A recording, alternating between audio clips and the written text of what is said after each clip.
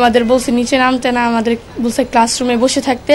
School committee থেকে যদি মনে করেন স্কুল খোলে তাহলে তো আমাদের করার কিছু না। স্কুল কর্তৃপক্ষ যত ম্যানেজ করতে পারে সেটা আমরা সর্বোচ্চ চেষ্টা করবো আর কি। তীব্র গরমের মাঝে চালু হলো স্কুল কলেজের শিক্ষা কার্যক্রম। সিলেট বাদে সারা দেশে চতুর্থ দফায় হিট অ্যালার্ট জারি। যুক্তরাষ্ট্রের বাফেলোয় বন্দুকধারী গুলিতে 2 বাংলাদেশি বাবুল ও ইউসুফ নিহত। জানাজানি হত্যার মোটিভ, ক্ষুব্ধ প্রবাসীদের প্রতিবাদ সমাবেশ। কারচাপে নির্বাচনে অংশ নিয়েছে জাতীয় পার্টি, পরিষ্কার করতে হবে তাদেরই, মন্তব্য ওবায়দুল কাদেরের। আবারও বিএনপির সমালোচনা। পাকিস্তানের সঙ্গে তো পিরিতি তাদের, সেই পাকিস্তানও আজ বাংলাদেশের উন্নয়ন দেখতে পায়, একসময় বোঝা ভাবত, এখন লজ্জিত হচ্ছে।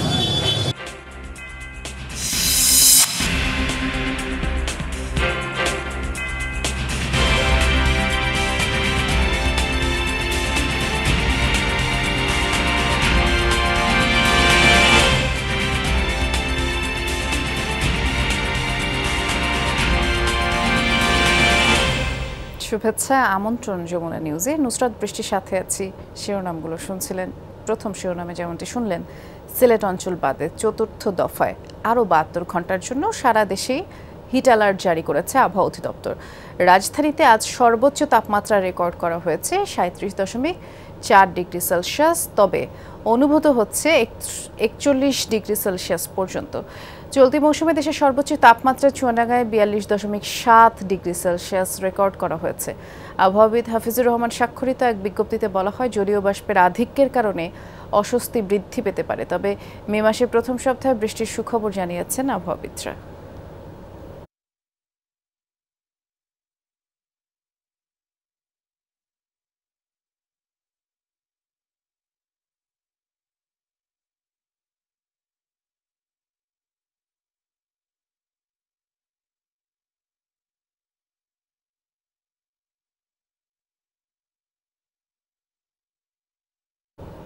এদিকে এই তীব্র গরমের মাঝে প্রাথমিক ছাড়া সব স্কুল কলেজ আজ খুলল। হিট অ্যালার্টের মধ্যেই শিক্ষা কার্যক্রম চলছে, তবে কোথাও কোথাও প্রথম দিনে প্রায় 50% শিক্ষার্থী অনুপস্থিত। সিদ্ধান্ত অনুযায়ী স্কুলে অ্যাসেম্বলি হয়নি। প্রচণ্ড গরমের মধ্যে স্কুল কলেজ খোলায় অভিভাবকরা উদ্বিগ্ন, তবে লম্বা ছুটির পর স্কুল খোলায় শিক্ষার্থীরা খুশি। শিশুদের ঘন ঘন পানি পান করা সহ রোদে না যাওয়ার পরামর্শ দিচ্ছেন শিক্ষকরা, আর সেই সাথে মুখে ঘন ঘন পানির ঝাপটা দেওয়ার তাগিদও দেওয়া হয়েছে। শিক্ষকরা বলছেন, শ্রেণীকক্ষে ছাত্রছাত্রীরা যাতে গাদাগাদি করে না বসে সেদিকেই লক্ষ্য করা হচ্ছে। স্কুলে মাইকিং করে মাঠে না যেতে সতর্ক করা হচ্ছে শিক্ষার্থীদের। এছাড়াও শিক্ষকরা বলছেন, কোনো শিক্ষার্থী হঠাৎ অসুস্থ হলে সাথে সাথে হাসপাতালে ভর্তি করার ব্যাপারেও সমস্ত ব্যবস্থা রাখা হয়েছে। তাপপ্রবাহ না কমলেও শিক্ষণ ঘাটতির কথা মাথায় রেখে নানা নির্দেশনা দিয়ে স্কুল কলেজ খোলার সিদ্ধান্ত হয়। একটু কষ্ট হলে মানা নিতে হবে, স্কুল খুলতেছে, বন্ধুদের সাথে গল্প হবে, এটাও একটা আনন্দের বিষয়। কর্তৃপক্ষ বলছে যে বাইরে না যাইতে, আর ব্যাগে করে পানি নিয়ে আসতে, ঠান্ডা পানি খাবার জন্য। আমাদের বলছে নিচে নামতে না, আমাদের বলছে ক্লাসরুমে বসে থাকতে। স্কুল খোলার তো দরকার আছে আসলে বাচ্চারা, কারণ বাচ্চারা বাসায় থাকলে পড়াশোনা করে না। তো আমার মনে হয় যে স্কুল খোলা ঠিক আছে, বাট সময়টা একটু কম হলেই ভালো হয়। যে সিস্টেম করছে মোটামুটি ঠিক আছে, কারণ সকাল 11:30টায় ছুটি, তো ওই সময়টার মধ্যে গরমের তীব্রতা অতটা বেশি থাকে না। দুইটা ক্লাস বাড়িয়ে দিয়ে যাতে বিষয়গুলো একটা সমতা আসে, সবগুলো বিষয়ের ক্লাস শিক্ষার্থীরা পায়, এই চিন্তা আমরা করেছি অলরেডি। এ পর্যায়ে আমরা যাচ্ছি রাজধানীর উদয়ন স্কুলে। আমাদের সহকর্মী নুরনবী সরকার অপেক্ষা করছেন আমাদের জন্য। নুরনবী, শিক্ষার্থীরা তো আসলে স্কুল খোলায় বেশ খুশি, কিন্তু যারা স্কুল কর্তৃপক্ষ আছে, যে সকল নির্দেশনা দেয়া হয়েছে সেগুলো মেনে কি স্কুলের কার্যক্রম পরিচালনা করা হচ্ছে?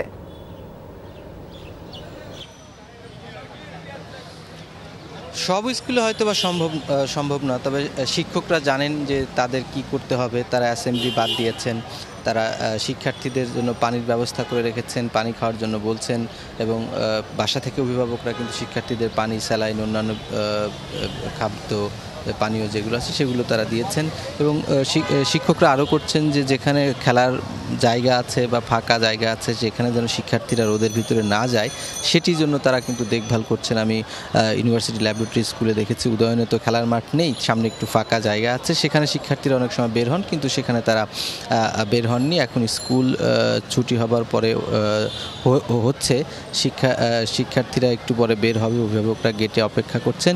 তো এখানে ঢাকা বিশ্ববিদ্যালয় এলাকায় তুলনামূলক চিত্র ভালো, গাছ রয়েছে, একটু ফাঁকা জায়গা রয়েছে, কিন্তু অন্যান্য স্কুলগুলোতে কিন্তু পরিস্থিতি আসলেই বেশ উত্তপ্ত। কিন্তু অভিভাবকরা বলছেন স্কুল খোলা রাখতে হবে, শিক্ষণ ঘাটতি পূরণ করতে হবে, এবং স্কুলে থাকলে শিক্ষার্থীদের লেখাপড়াটা ঠিক থাকে, এবং শিক্ষকরাও তাই বলছেন যে শিক্ষণ ঘাটতি যেটা হয়েছে সেটা পূরণের জন্য কিন্তু অবশ্যই স্কুল খোলা রাখতে হবে। তবে অভিভাবকরা এটাও বলছেন যে সকাল থেকে 7:30 থেকে যদি শুরু করা যায়, 10:30 11টার মধ্যে যদি ক্লাস কার্যক্রম সম্পন্ন করা যায়, তাহলে তীব্র রোদ পড়ার আগে শিক্ষার্থীদের নিয়ে তারা কিন্তু বাসায় ফিরতে পারবেন, এরকম কথা তারা বলেছেন।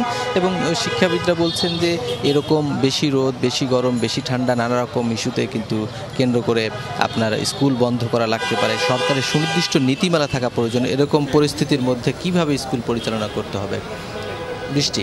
ধন্যবাদ নুনবী। শুনছিলাম আমরা দেশজুড়ে ৪র্থ দফায় হিট অ্যালার্ট জারি করা হয়েছে।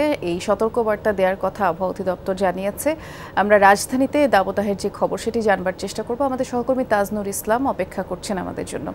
তাজনুর, আমরা গতকাল যেটা দেখেছি যে ঢাকা উত্তরের পক্ষ থেকে রাজধানীতে বেশ কিছু রাস্তায় পানি ছিটিয়ে, অর্থাৎ কৃত্রিম বৃষ্টির যেই স্বাদ সেটি আসলে নগরবাসীকে দেওয়ার একটা চেষ্টা করা হয়েছিল। আজ আপনি যে এলাকায় আছেন সেখানে এ ধরনের কার্যক্রম চোখে পড়ল কিনা? বৃষ্টি আজকেও বিভিন্ন এলাকায় যে কৃত্রিম বৃষ্টির যে ব্যবস্থা, অর্থাৎ পানি ছিটানোর যে কার্যক্রম উত্তর সিটি কর্পোরেশন গতকাল শুরু করেছে, সেটির কার্যক্রম আজকেও দেখা গিয়েছে। তবে আজকে আরেকটি নতুন কার্যক্রমের সঙ্গে উত্তর সিটি কর্পোরেশনের একটি উদ্যোগ দেখা গেল। এই মুহূর্তে আপনি দেখতে পাচ্ছেন যে উত্তর সিটির মেয়র তিনি অফিসের দিকে এগোচ্ছেন, এবং একটু আগেই তিনি যে কার্যক্রমের উদ্বোধন করেছেন সেটি হচ্ছে এই যে রিক্সা যারা চালান শহরে, রিক্সাওয়ালা যারা রয়েছেন তাদেরকে তিনি ছাতা উপহার দিয়েছেন, যাতে করে এই প্রচণ্ড রোদের মধ্যে যেন তারা খানিকটা সময় তাদের সেই ছাতাটি রিক্সার সঙ্গে সেট করে কিছুক্ষণ বিশ্রাম নিতে পারেন, কিংবা কোনো একটি জায়গাতে ছায়ার একটি বন্দোবস্ত করতে পারেন। সেই জন্যই কিন্তু এই যে তাদেরকে ছাতা দেওয়ার যে কার্যক্রম সেটি শুরু করেছে। মূলত দাবদাহ থেকে মানুষকে স্বস্তি দিতে নগর জুড়ে নানা রকম কার্যক্রম, এরই মধ্যে দেখা গিয়েছে কোথাও পানির আয়োজন, কোথাও এই যে কৃত্রিম বৃষ্টির যেই ব্যবস্থা, একই সঙ্গে এই যে ছাতা বিতরণের যে কার্যক্রমটি শুরু হলো, সব মিলিয়ে এই দাবদাহ থেকে মানুষকে খানিকটা স্বস্তি দিতে এরকম কিন্তু কার্যক্রম নগর জুড়ে বিভিন্ন জায়গাতে বিভিন্ন মহল, বিভিন্ন ব্যক্তি প্রতিষ্ঠান এই কার্যক্রমগুলো চালিয়ে যাচ্ছে। সবার মূলত উদ্দেশ্য একটি, এই দাবদাহের এই যে তীব্রতা, যে দুর্ভোগ, সেটি থেকে মানুষকে খানিকটা স্বস্তি দেওয়া। বৃষ্টি। ধন্যবাদ তাজনুর। যুক্তরাষ্ট্রের বাফেলোয় নিজ বাড়ির সামনে বন্দুকধারীর গুলিতে 2 বাংলাদেশি নিহত হয়েছেন। নিহতদের নাম মোহাম্মদ বাবুল মিয়া এবং ইউসুফ বলে জানা গেছে। শনিবার স্থানীয় সময় বিকেলে বাফেলোর পূর্বাঞ্চলে এই ঘটনা। নিহত ইউসুফের বাড়ি সিলেটের কানাইঘাটে, বাবুলের বাড়ি কুমিল্লা। এই ঘটনার পরপরই ঘটনাস্থলে পৌঁছায় নিউ ইয়র্ক পুলিশের সোয়াট টিম। বন্ধ করে দেওয়া হয় আশপাশের রাস্তা। স্থানীয় গণমাধ্যম বলছে সন্দেহভাজন একজনকে আটক করা হয়েছে, যদিও পুলিশ এ ব্যাপারে কিছু নিশ্চিত করেনি। তদন্তের স্বার্থে আশপাশের সবাইকে তথ্য দিয়ে সহায়তার অনুরোধ করা হয়েছে। এই ঘটনায় অঞ্চলটিতে বসবাসকারী প্রবাসীদের মধ্যে ক্ষোভ ছড়িয়েছে। প্রতিবাদ সমাবেশের ডাক দেওয়া হয়েছে।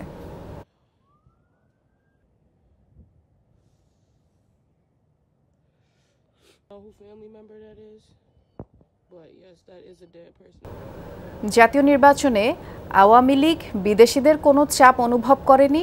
জাতীয় পার্টি কার চাপে ভোটে অংশ নিয়েছে সেটি তাদেরই পরিষ্কার করতে হবে বলে মন্তব্য করেছেন আওয়ামী লীগ সাধারণ সম্পাদক ওবায়দুল কাদের। বনানী কবরস্থানে শহীদ শেখ জামালের প্রতি শ্রদ্ধা নিবেদন শেষে তিনি বললেন, একসময় বোঝা ভাবলেও পাকিস্তান এখন বাংলাদেশের উন্নয়ন দেখে লজ্জা পায়, কিন্তু বিএনপি দেশে কোনো উন্নয়নই দেখে না।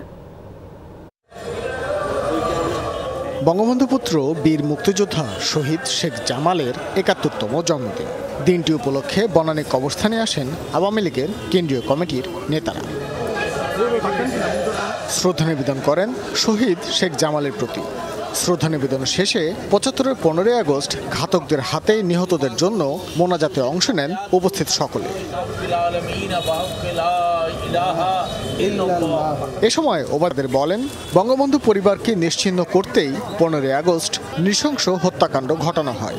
এই ঘটনার মধ্য দিয়ে বাংলাদেশে হত্যা, কু, ষড়যন্ত্রের রাজনীতি সূচনা হয়।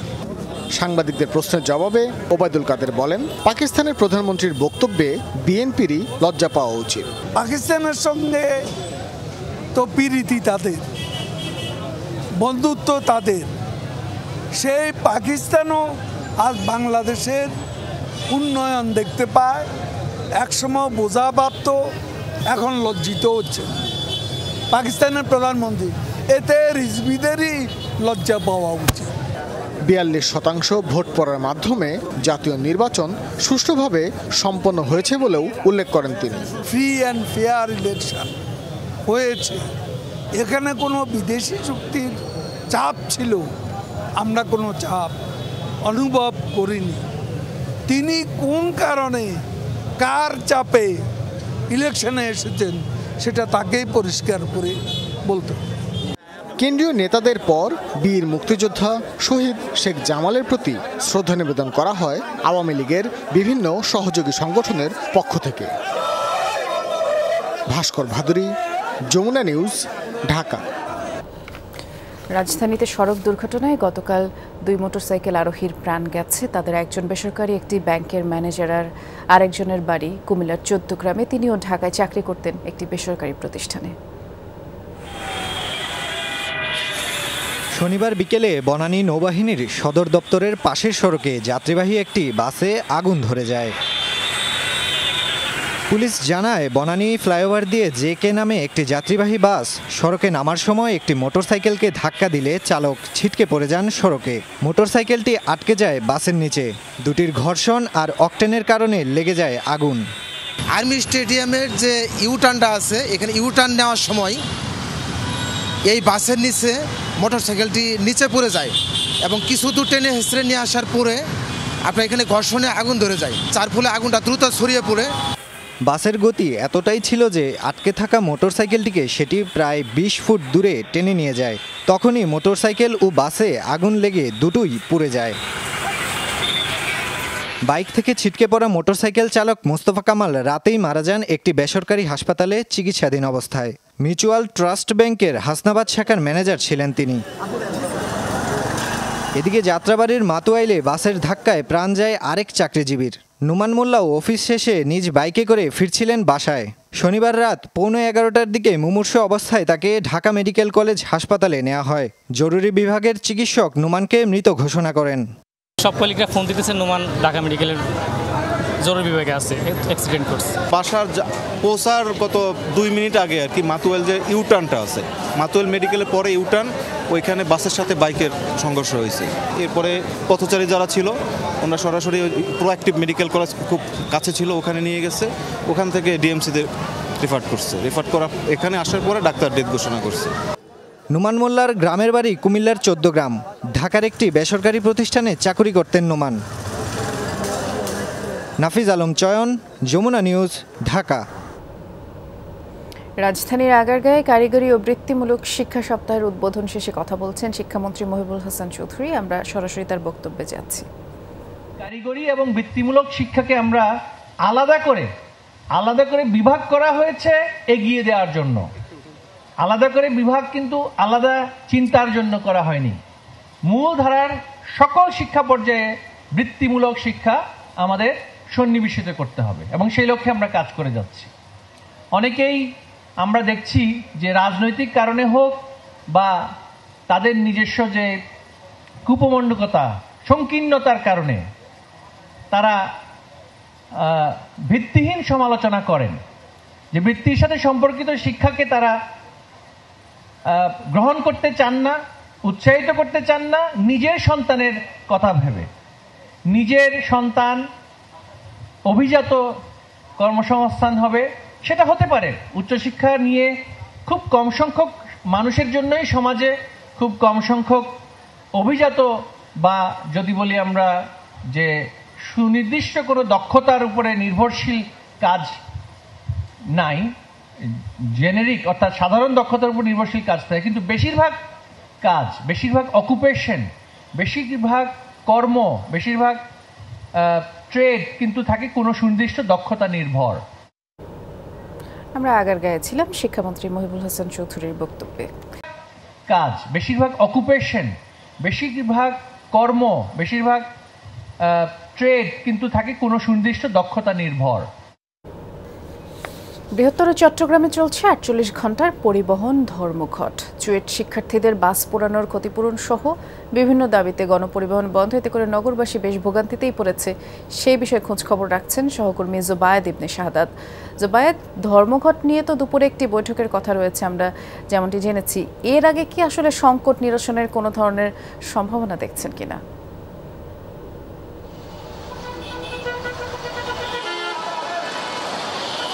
এখন পর্যন্ত কিন্তু কোনো ধরনের তাদের মধ্য থেকে ঘোষণা আসেনি, এবং যেই চিত্রটা আপনি দেখতে পাচ্ছেন এখন কিন্তু চট্টগ্রামের নতুন ব্রিজ এলাকায়, এখানে দক্ষিণ চট্টগ্রামের যে মানুষজন তারা যাতায়াত করে এই জায়গা দিয়ে। তবে এখানে কিন্তু গণপরিবহন সংকটের কারণে বেশ ভোগান্তিতে পড়তে হচ্ছে যাত্রীদের।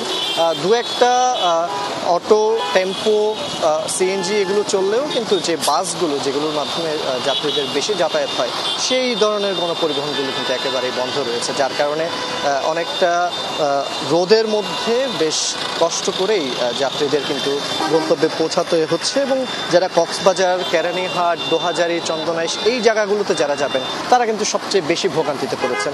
বেশ কয়েকজন যাত্রীর সাথে কথা হয়েছে, এমনও যাত্রী আছেন যারা 2 থেকে 3 ঘন্টা পর্যন্ত গাড়ির জন্য অপেক্ষা করছেন, এখন পর্যন্ত গাড়ি পাননি, এবং তারা কখন কবে নাগাদ গাড়ি পাবেন বা গন্তব্যে পৌঁছাতে পারবেন সেটা কিন্তু তারা শঙ্কায় রয়েছেন।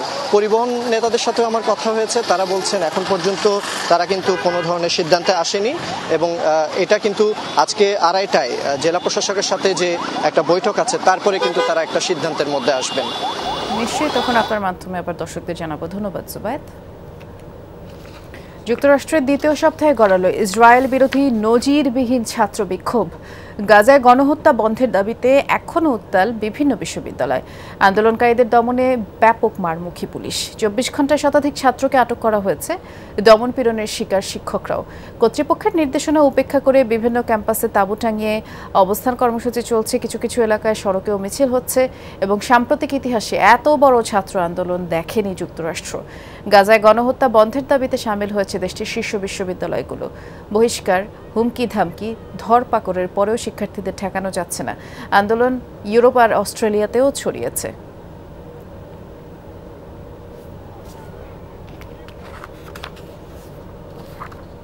আর এই ছিল যমুনা নিউজের আয়োজনে। সাথে থাকার জন্য সবাইকে ধন্যবাদ।